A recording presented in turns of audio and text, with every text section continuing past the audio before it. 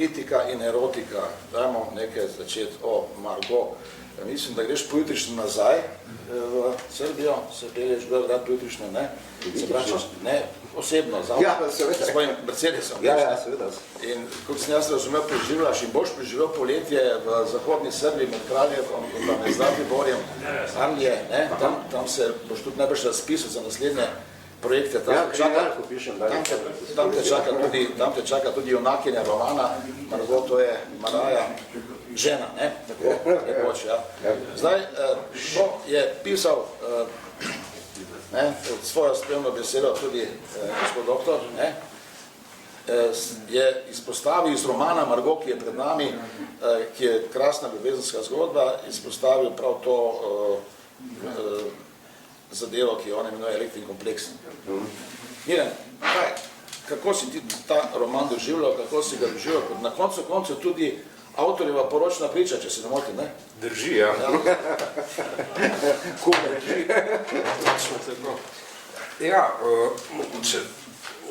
da začnem z enim vprašanjem ali pa z eno dilemo, zakaj je recimo iz polja mojega faha, ta roman zanimiv.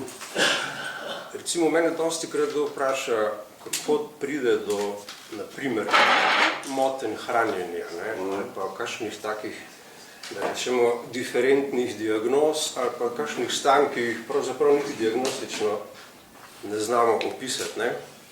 Potem pa zna ta odgovor trajati kar dolgo, naprimer. Včasih ga lahko pa povemo tudi bolj na kratko.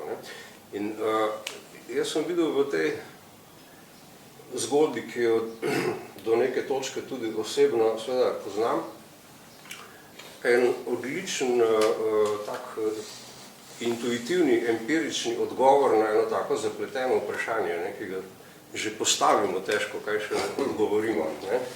Da pravzaprav ne vem, kaj si publika recimo misli o tem, kaj se zgodi eni mladi punci, da naprimer rečemo, da ima anoreksijo, to se pravi, da ne je, da ne živi, da ne uživa. Kaj za božje volje se pa dogaja z njo. Tukaj je pravzaprav en kup odgovorov skritih v sami fabuli, tako da me je to kar fasciniralo, tudi sam potek, izid, če tako rečemo, zgodbe vajne, je zelo lep. In sama fabula, opis, pa razmišljanje, pa tisto, kar se zraven še seveda po asociacijah naplete na ta okvir, je pa seveda še en tak dodatek, ki stvar dobro ilustrira. Da sem zdaj to tako povedal, da vas bo zanimalo, da bi brali.